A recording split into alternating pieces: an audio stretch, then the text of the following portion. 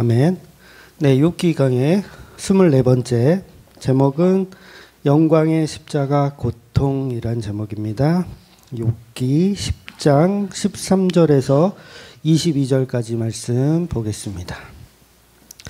욥기 10장 13절에서 22절까지요. 같이 읽을게요. 그러한데 주께서 이것들을 마음에 품으셨나이다. 이 뜻이 주께 있은 줄을 내가 아나이다. 내가 범죄하면 주께서 나를 죄인으로 인정하시고 내 죄를 사하지 아니하시나이다. 내가 약하면 화가 있을 것이오며 내가 의로울지라도 머리를 들지 못하는 것은 내 속에 부끄러움이 가득하고 내 환난을 내 눈이 보기 때문이니이다. 머리를 높이 들면 주께서 젊은 사자처럼 나를 사냥하시며 내게 주의 놀라움을 다시 나타내시나이다. 주께서 자주 증거하는 자를 바꾸어 나를 치시며 나를 향하여 진노를 더하시나니 군대가 번갈아 가서 치는 것 같으니이다.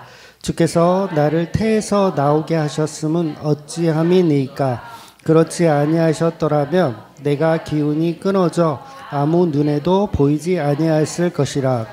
있어도 없던 것 같이 되어서 태워서 바로 무덤으로 옮겨졌으리라. 내 날이 적지 아니하리니까 그런즉 그치시고 나를 버려두사 잠시나마 평안하게 하시되 돌아오지 못할 땅 곧 어둡고 죽음의 그늘진 땅으로 가기 전에 그리하옵소서. 땅은 어두워서 흑암 같고 죽음에 아무 구별도 없고 광명도 흑암 같으니이다. 아멘.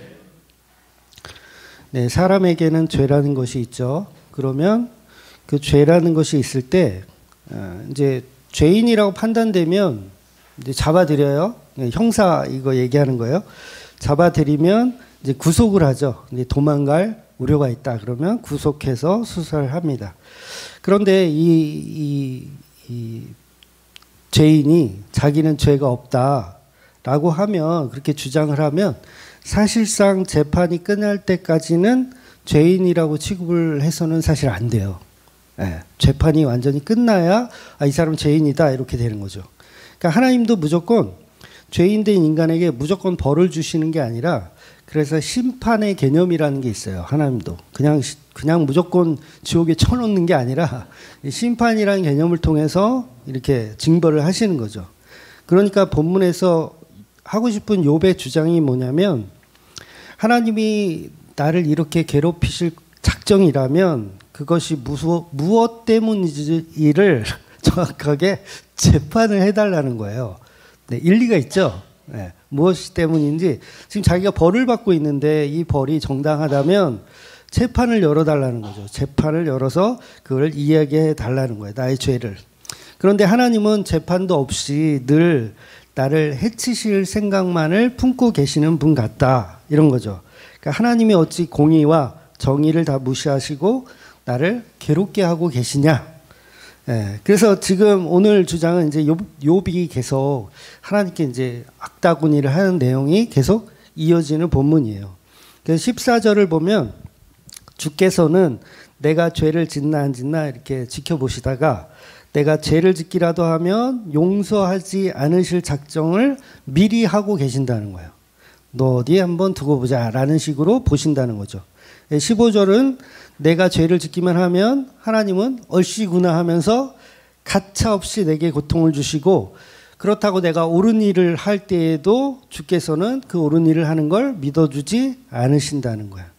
그러니 나는 무엇을 해도 그냥 사는 것이 이 자체가 수치를 가득 덮고 고통의 몸으로 살아가는 그런 모습이다라고 하나님께 계속 이렇게 이야기하는 거죠.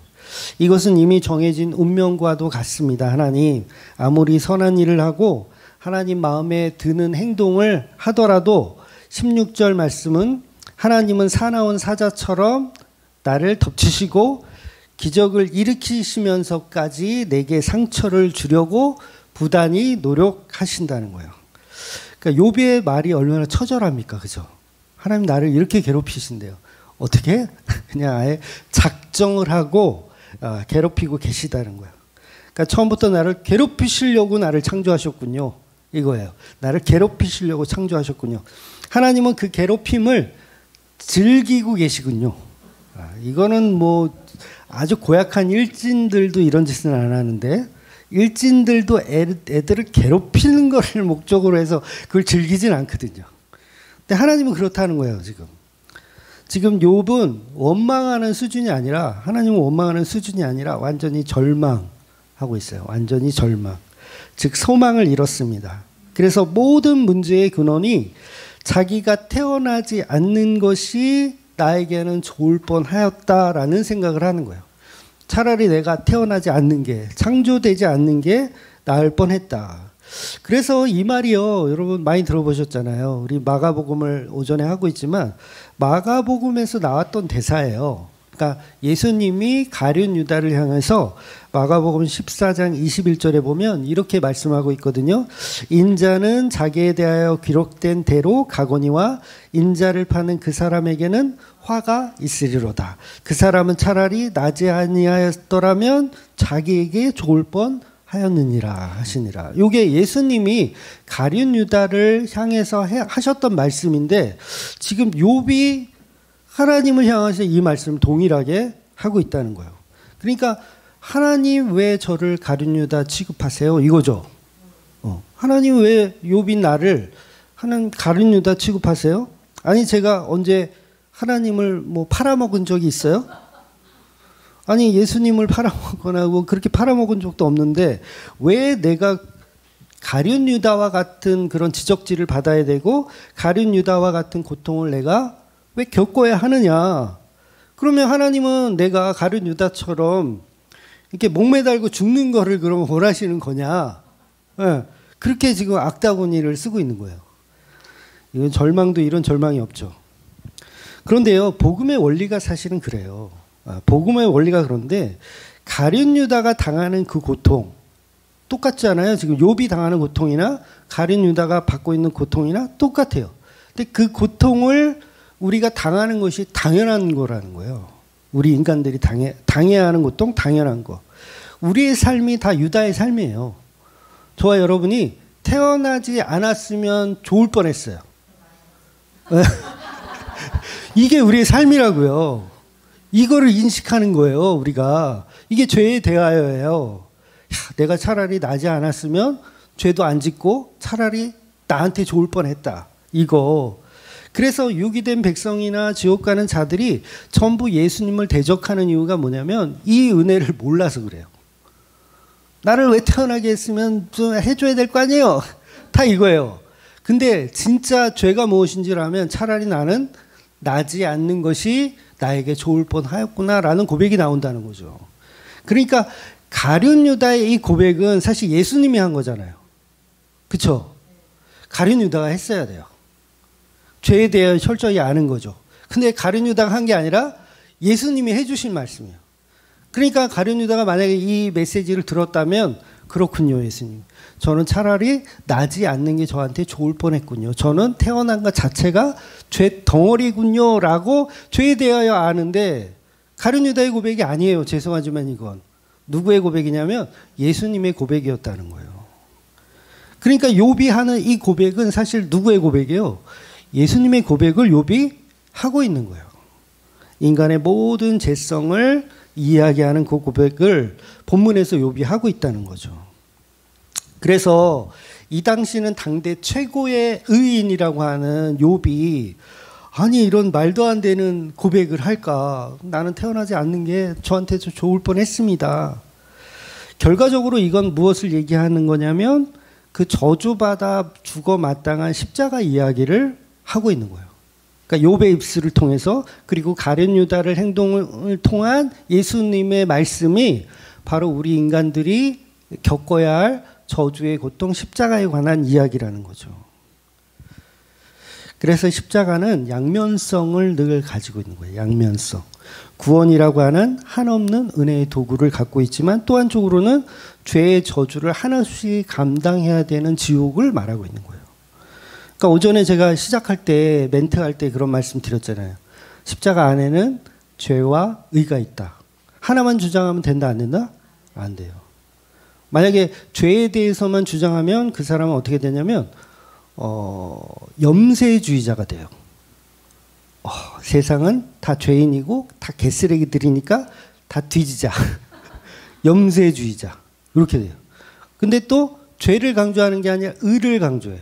예수님이 이루신 구원의 대속만 계속 강조해. 그러면 뭐야? 우리는 구원받았네. 아, 행복하다. 이렇게 되면 그걸 구원파라고 하는 거예요. 그래서 세상은 이 두 가지 은혜가 다 공존해야 된다는 거죠. 죄에 대하여, 의에 대하여.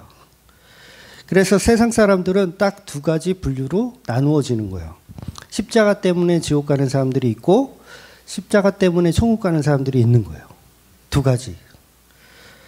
즉 태어나지 않는 것이 자기에게 좋을 뻔하였느니라의 그 대상이 짊어져야 할 저주는 바로 우리가 받아야 할 저주라는 거죠. 그런데 그걸 예수님이 십자가로 대신 지더라는 거예요. 그러니까 사실 가룟 유다가 죽을 필요가 없어요. 왜냐하면 누가 죽어야 되냐면 예수님이 죽는 거예요. 내가 저 태어나지도 말아서 저한테 좋을 뻔한 그 인간을 위해서 예수님이 죽겠다는 얘기예요. 그 말씀이, 그 복음이. 근데 그거를 가룟 유다는 못 알아들은 거죠. 즉 구원은 저주가 성도에게 주어지는 그 비밀에 관한 이야기를 계속 이야기하는 거죠. 그러니까 어려워요, 사실. 뭐 십자가 속에 죄도 있고 얘도 있고 도대체 무슨 말이야? 못 알아들을 게 당연하죠. 근데 그 안에 십자가 안에 저주와 구원이 공존하고 있다는 거죠.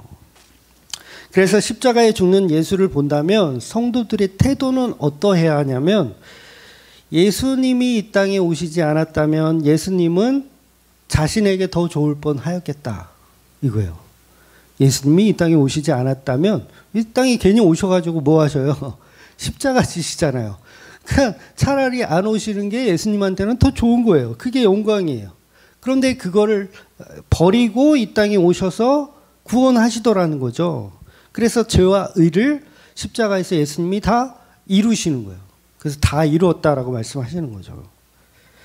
그래서 욥기 전체가 말하고 싶은 복음은 십자가에 저주받아 죽어 마땅한 자들을 그 사람들이 본문에서는 이제 엘리바스, 빌닷, 소발 이런 사람들로 등장을 하는 거거든요.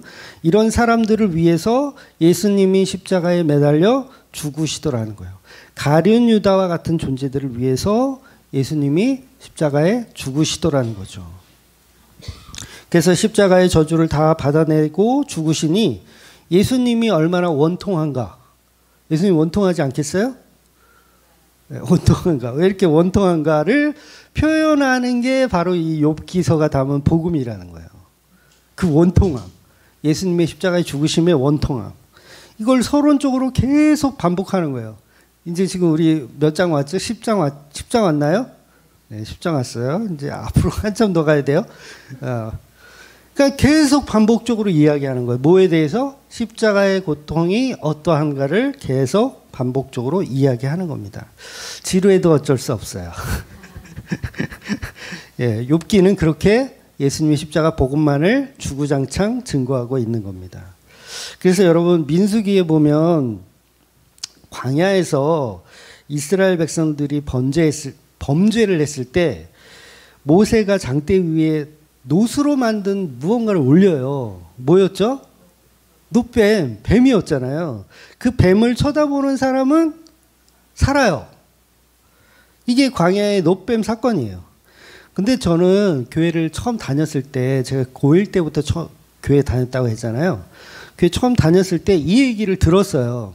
노뱀 사건에 관련된 이야기를 설교로 들었던 것 같아요. 근데 제가 무슨 생각을 하냐면 이거 이상하다. 이왕이면 이거 구원의 도구잖아요. 구원을 상징하는 도구라면 그러면 모세가 그 도구를 형상화할 때 좋은 거 많잖아요. 좋은 거. 예를 들면 뭐 용맹한 사자의 대가리를 이렇게 치켜들고 야, 이 용맹한 사자를 쳐다봐라. 그럼 우리를 다 구원받을 수 있다. 하거나 아니면 평화의 상징인 비둘기를 이렇게 창 끝에 딱 매달아 가지고 이 비둘기를 보는 자는 다 살아날 것이다. 그것도 아니면 어린 양의 대가리를 뭐 양이나 소나 이런 거는 이제 성경에 많이 나오니까 어린 양의 머리를 장대에 딱 달고 이것을 쳐다보는 자는 구원을 받을 것이다라고 해야 복음이 이해가 쉬울 것 같아. 아, 저 매달려 저 죽으신 어린 양이 용맹한 사자가 평화의 도구인 비둘기가 우리를 위해서 죽으셨다라고 해야 이해가 빨리 될 것 같은데 하나님은 흉측한 뱀을 장대에 올리라고 한단 말이에요. 그러면 이게 무슨 말이 되냐면 뱀을 통해서 구원을 받는다고? 이렇게 돼버리는 거예요. 이런 생각 안 해보셨어요? 저만 초보 때 그런 생각을 했나요? 저는 도대체 이해가 안 가는 거예요. 왜 뱀을 매달까? 뱀은 어떤 도구예요? 사단의 상징이잖아요. 아니 그러면 사단이 구원을 주는 거야? 도대체 이해가 안 되는 거예요. 아무리 성경을 찾아봐도 아니 왜 하필 재수없는 뱀을 장대에 올리라고 했을까? 그리고 그 장대 뱀을 쳐다보면 구원을 얻는다. 이건 정말 말이 안 되는 거예요. 아 성경이 이거 잘못 기록됐구나. 전도사님한테 물어봐도 시원한 답을 주시는 분이 없어. 선배님들한테 물어봐도 아니 왜 하필 뱀일까요? 아니 좋은 거 많은데. 왜냐하면 뱀에 관련해서는 저는 굉장한 선입견을 갖고 있어요. 뱀은 증오의 대상이에요. 여러분 뱀 좋아하십니까? 저 중학교 때 칠간딸이라고 있어요. 그 기찻길 따라서 쭉 가면서 뱀을 엄청 잡았어요, 제가.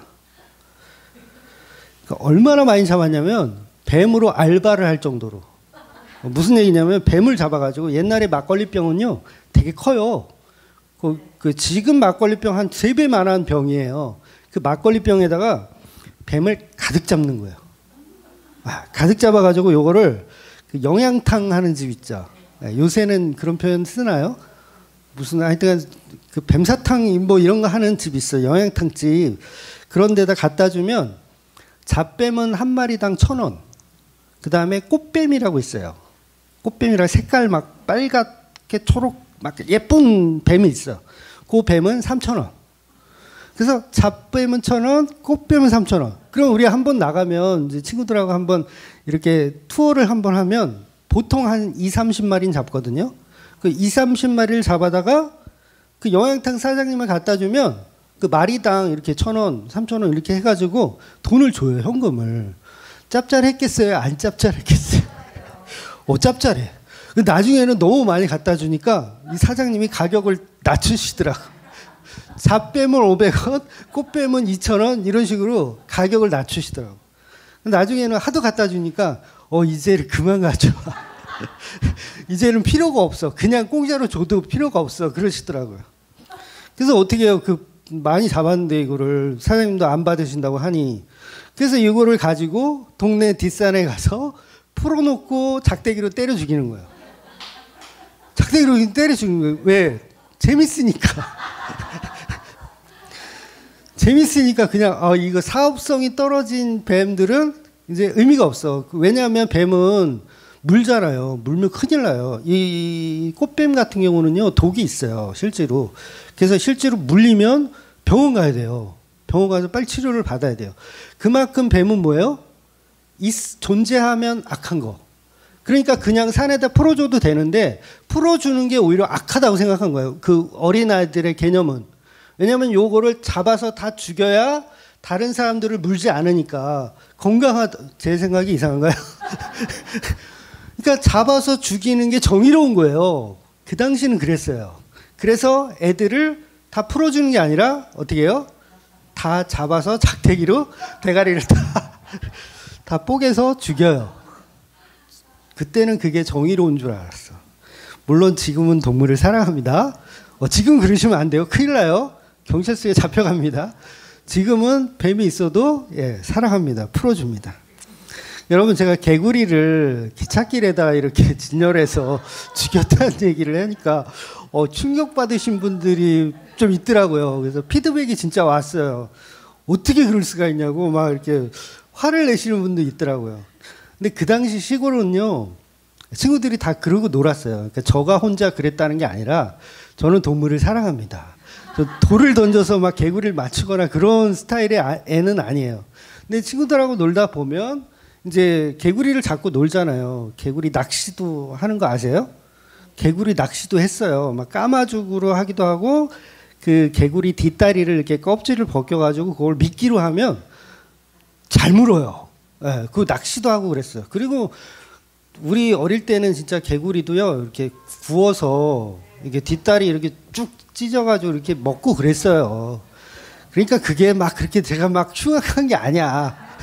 개구리 잡고 개구리 애들이 이렇게 힘이 없고 뻗으면 얘네들은 이제 어차피 죽을 애들이니까 그냥 기찻길에 고이 보내주자. 예.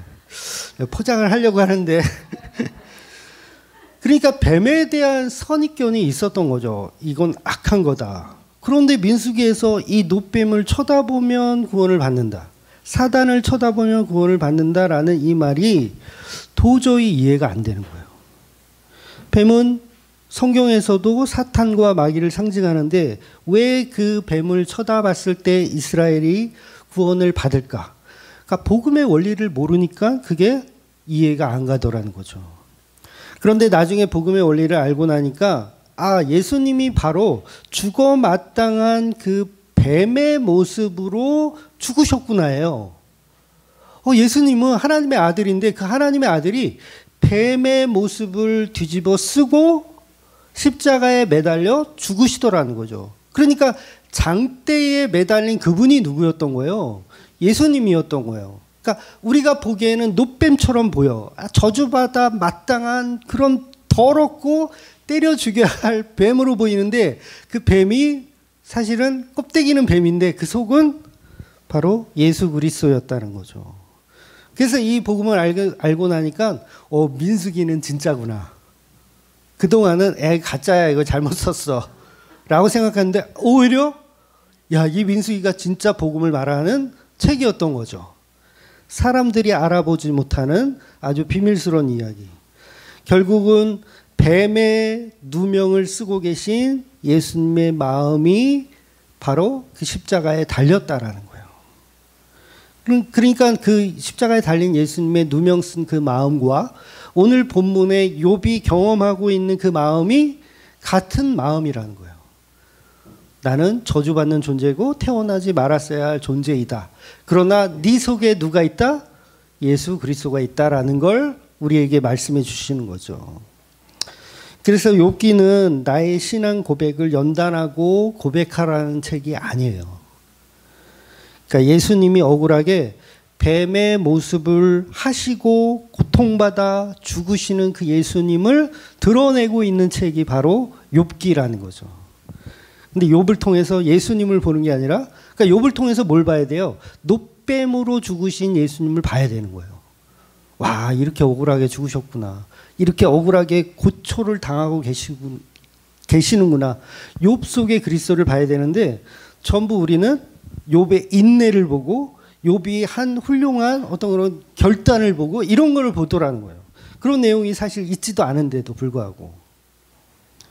그래서 십자가에 죽어 마땅한 뱀은 예수님이 아니라 바로 저와 여러분이었다는 거죠. 그러니까 그 놋뱀은 누구여야 되는 거예요? 이스라엘이어야 되고 우리가 놋뱀으로 죽어야 된다는 거죠. 그러니까 십자가에 달려야 할 자는 예수님이 아니라 저와 여러분이었다는 거예요. 그래서 예수님이 나를 대신 누명을 쓰고 십자가에 달렸으니 우리의 태도는 예수님 아닙니다. 이 십자가는 제가 달려야 하는 십자가입니다. 예수님 달리시는 게 아니라 내가 죽어야 됩니다. 차라리 내가 저주받고 내가 태어나지 말았어야 할 그런 존재입니다로 십자가를 바라봐야 된다는 거죠. 그렇게 바라보는 게 뭐라 그랬어요, 예수님이? 너의 십자가를 지고 나를 따르는 것이다. 그래서 십자가 안에 연합이 일어나는 거예요. 십자가 안에서 우리가 달려 죽어야 되는데 예수님이 내가 너희와 함께 십자가를 지겠다. 이렇게 말씀하시는 거죠. 그렇다면 오늘 본문에서 욥이 아무런 재판이 없이 고통받는 이유, 당대 의인이라고 하는 욥은 선지자라고까지 제가 표현해 드렸죠. 선지자식이나 돼가지고 오늘 자기가 태어난 것을 한탄하고 있는 믿음이 하나도 없어 보이는 욥이 그리스도를 예표하고 있다는 거예요. 바로 이 모습이 믿음이 없는 저와 여러분의 모습이라는 거죠. 그러니까 우리가 날마다 불평하잖아요. 욥이 돼가지고, 욥에 투영돼가지고, 왜 하나님 나를 이따위로 만드셨어요? 이러면서. 그런데 하나님의 말은 늘 동일해요. 네 속에 그리스도가 있다. 이 말씀 하시는 거예요. 그래서 성전이 어디예요? 저와 여러분이 성전이에요. 그러니까 예수님, 하나님이 그 말씀 하시는 거예요. 네가 성전이고 네 안에 내 아들이 있다. 근데 이걸 모르니까 우리는 계속 불평, 불만. 그래서 그거 보여주는 거죠. 노뱀. 니들이 이렇게 뒤졌어야 돼. 노뱀을 보여주는 거죠. 그래서 하나님은 욥을 이유 없이 미워하는 것이 아니라 욥 속에 그리스도를 드러내고 싶으신 거예요. 이것이 바로 사탄에게 보여주고 싶은 하나님의 자랑입니다.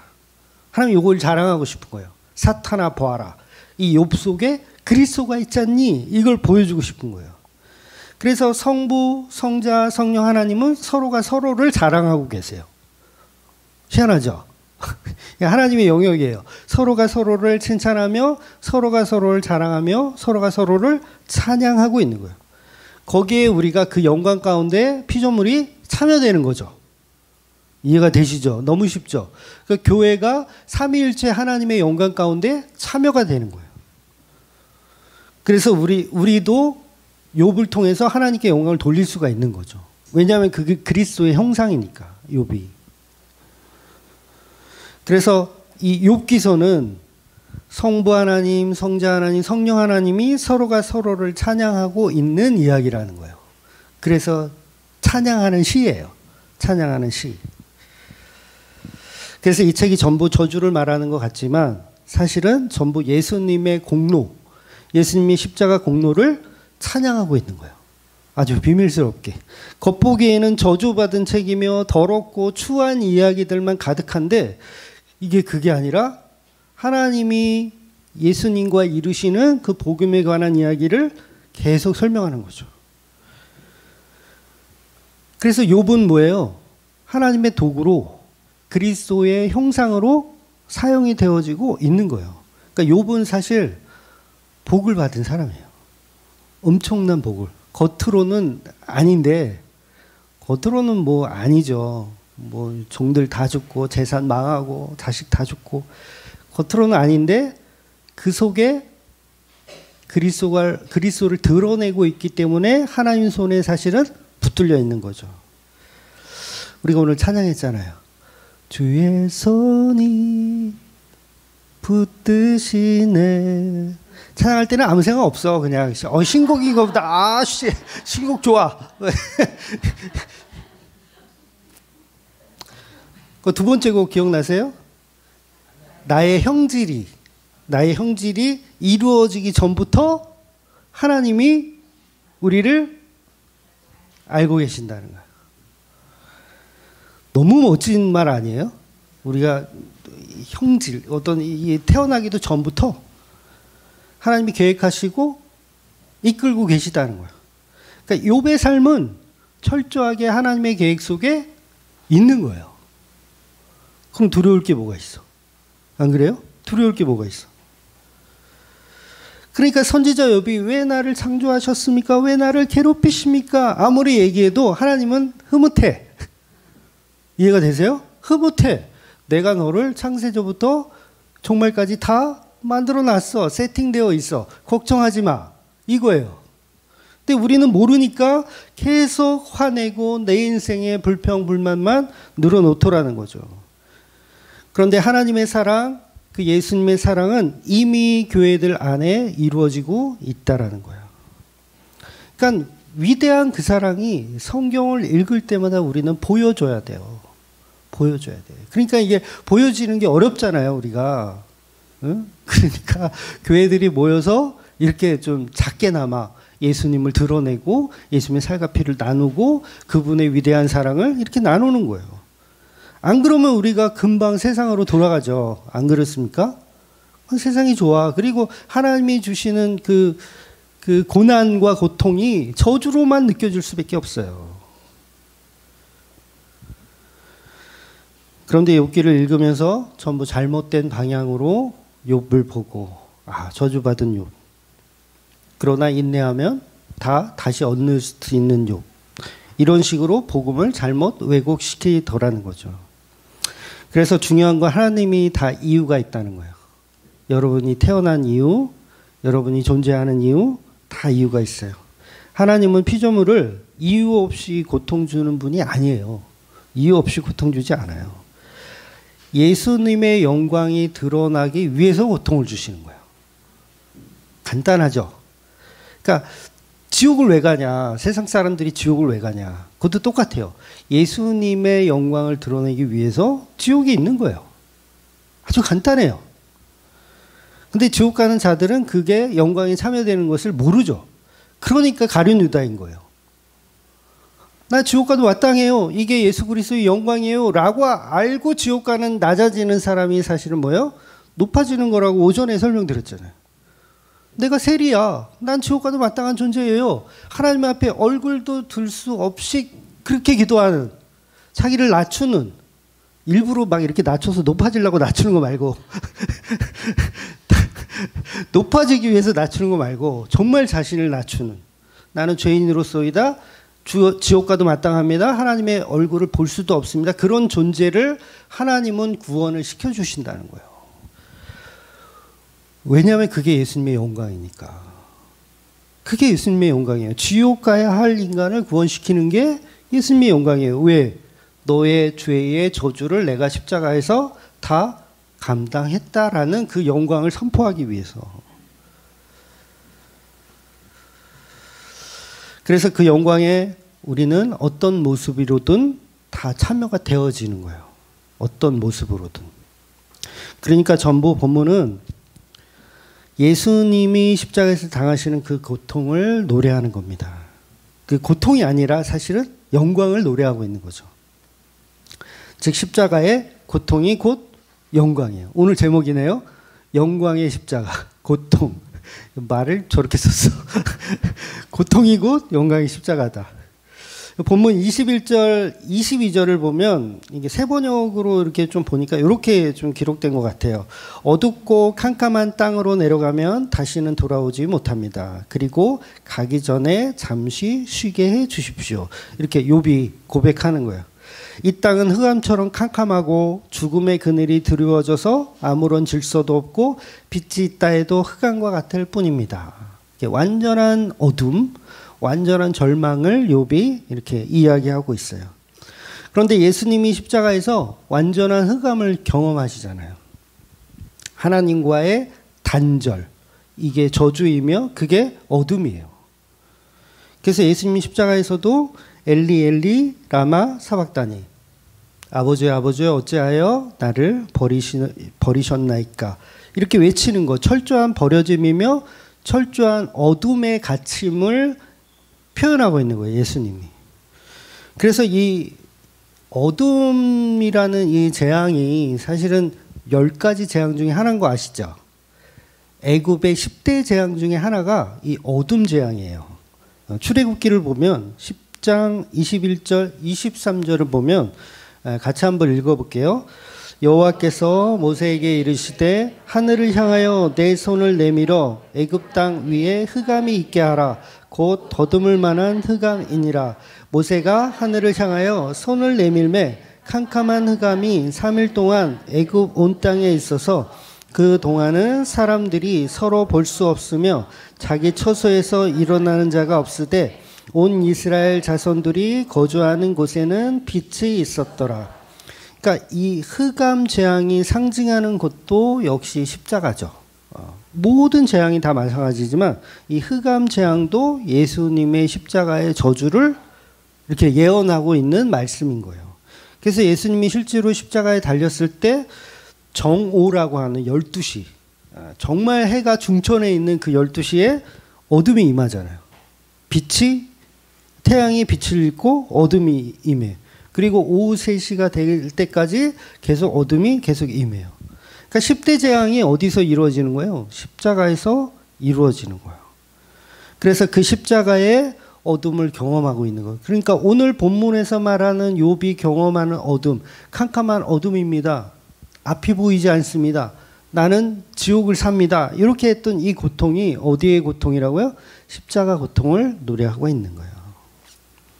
그래서 우리는 다 우리가 필요한 거, 우리가 섬기고 싶은 10가지 그런 우상들을 섬기는데 그것이 다 제약이다. 10가지가 다 제약이다라고 이야기하는 거예요. 그래서 그 10대 재앙이요.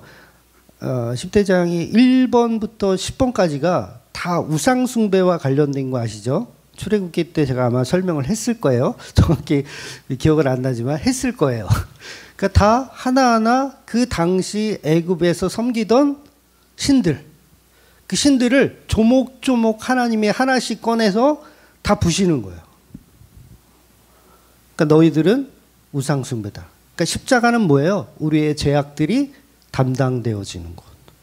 우리의 우상들이 깨어지는 것. 근데 십자가 복음을 아는데도 여전히 우상을 섬기고 있으면 돼요, 안 돼요? 그거는 복음을 하나도 모르는 거죠. 그래서 십자가에 예수님이 감당하신 그 저주를 우리는 철저하게 경험해야 되고 그것을 경험케 하는 책이 바로 이 욥기서라는 거죠. 그래서 욥기는 온전히 예수님의 십자가를 자랑하고 있는 책이에요. 십자가를 자랑합니다. 욥이 그 저주받은 인생을 가지고 뭘 자랑하냐면 십자가를 자랑하고 있는 거예요. 여러분 감당이 되시겠어요? 그런데 그렇게 만들어 가신다는 거예요. 욥이 훌륭하다는 얘기가 아니에요. 욥을 그렇게 만들어 가고 계시다는 거예요. 저는 그렇게 못할 것 같아요, 목사님.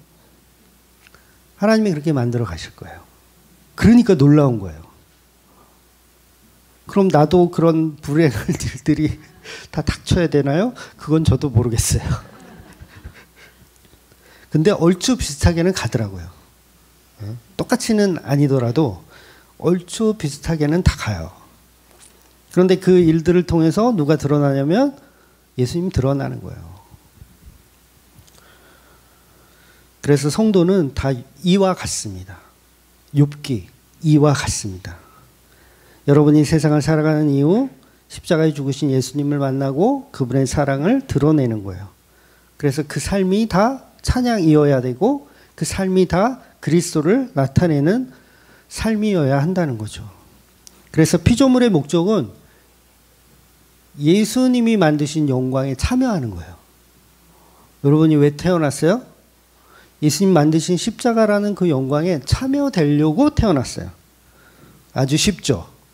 나의 영광이 아니라 나의 위대함이 아니라 예수님의 영광에 참여되려고 여러분이 태어났어요. 그러니까 여러분의 이름, 여러분의 교회가 이 세상에 높아지고 막 훌륭해져서 하나님께 영광이 돌리는 게 아니라는 거예요. 내가 유재석처럼 유명해지고 내가 땡땡땡 목사처럼 유명해 돼가지고 하나님께 영광을 돌리는 게 아니라는 거예요. 오직 고난받아 죽으신 그 십자가의 은혜로만 우리가 삽니다. 그분이 이루신 복음 때문에 삽니다. 그래서 죽기까지 신부된 교회를 사랑하시는 그 예수, 그분만 믿고 사시는 저와 여러분이 되시기를 주의 이름으로 축원드리겠습니다. 아멘. 기도하겠습니다.